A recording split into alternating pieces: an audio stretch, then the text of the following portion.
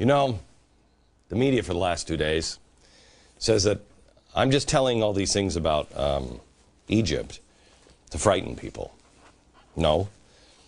I'm just telling people the truth that no one in the media wants to tell on the other networks. If that frightens you, well, that's your choice. I hope it motivates you to learn more and then prepare yourself. But just in case you've been watching all week and you haven't been frightened yet, oh, you will be. You will be. Yes? Yes.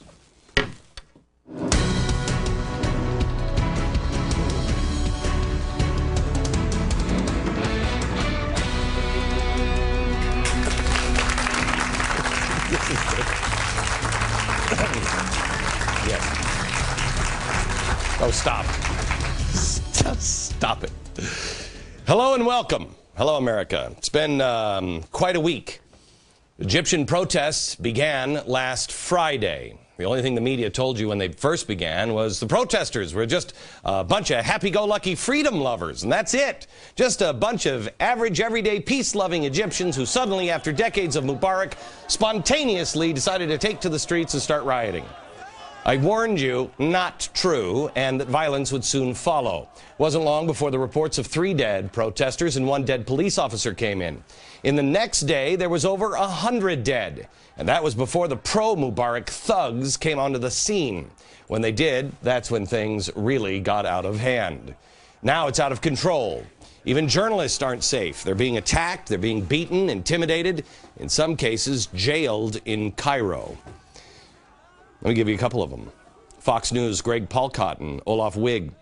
They were severely beaten and hospitalized after a huge crowd turned on them.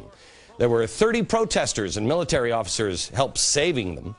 Palcott described his attack saying, quote, when a Molotov cocktail smashed through the window of the room we were in, spreading gas all over the floor, we decided we weren't going up in flames. We decided to make a run for it. We rushed down the stairs and out into the street. It was nothing short of a battle zone. He described that smoke filled the air and fighters scrambled back and forth across no man's land between the two sides, hurling rocks and gas bombs and other projectiles. Burst of gunfire crackled through the night. It was at this point that Greg and his crew spotted in the street an angry mob, and the angry mob spotted them. He said they hit us with their open hands, their fists, their sticks, bars, rocks, whatever they had around, especially aiming at our heads. They grabbed at us and punched us. Several dug through my pockets, all the while screaming madly in our faces, but we still pushed on. As if this story weren't bad enough already, after they were treated at the hospital, they were held by authorities who photographed them like they were part of a prisoner lineup. This isn't the only network that's been attacked. All of them have been. Anderson Cooper, a good friend of mine, has been attacked now twice in 2 days. He was reporting when someone tried to grab their camera. They got it back. The crowd turned on his crew. He was punched at least 10 times in the head.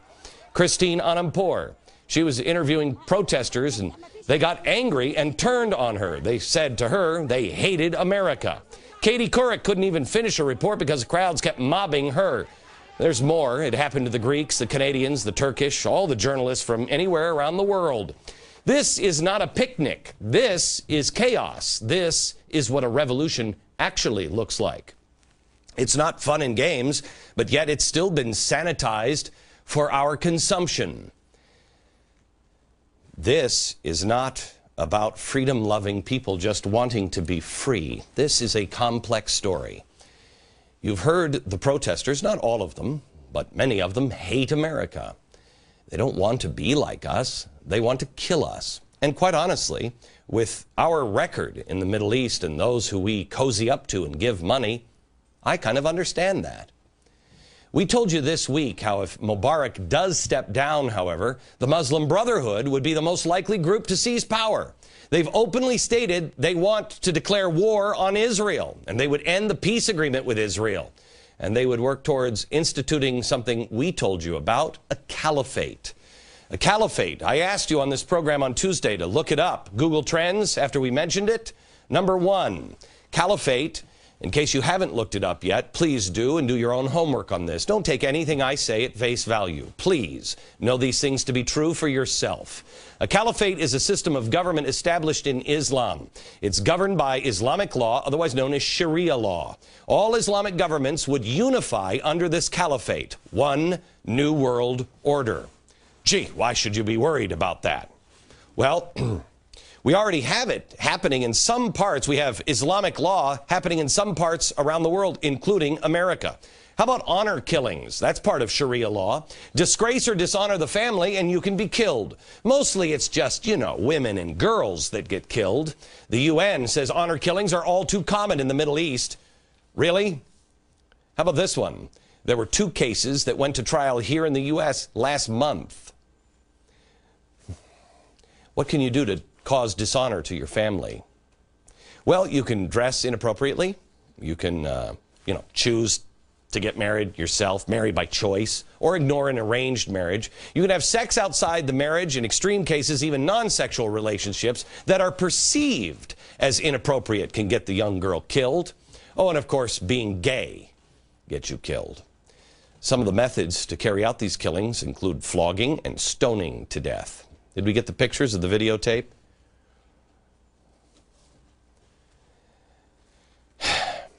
These videos are out in America, and maybe more people should see them. If you get caught stealing, they'll cut your hands off.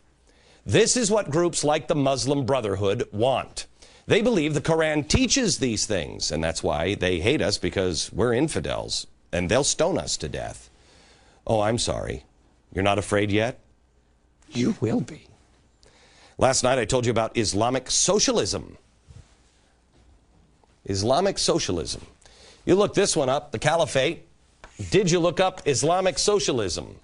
Here's the Google Trends chart yesterday. I love, there's the chart. Go back to the other, here it is. Islamic socialism, #1. Can you take that piece off and show? Because all of them were Islamic socialism, socialized Islamicism. It was everything from this show, including Code Pink. Almost, I think it was 8 out of the top 10. Thank you for doing your own homework and working this program. Islamic socialism is an old idea, but it's new to most Americans because the media has never bothered to even investigate or admit that it even exists. You investigated it last night. The Google Trends for yesterday, either, the Real Housewives TV series just added Code Pink and Islamic socialism editions, or the audience is serious about educating themselves. I believe America is hungry for the truth.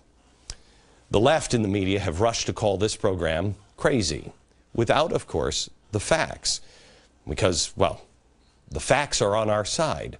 As always on this program, we look for the facts. And I don't just tell you the facts, I give you the facts in their own words.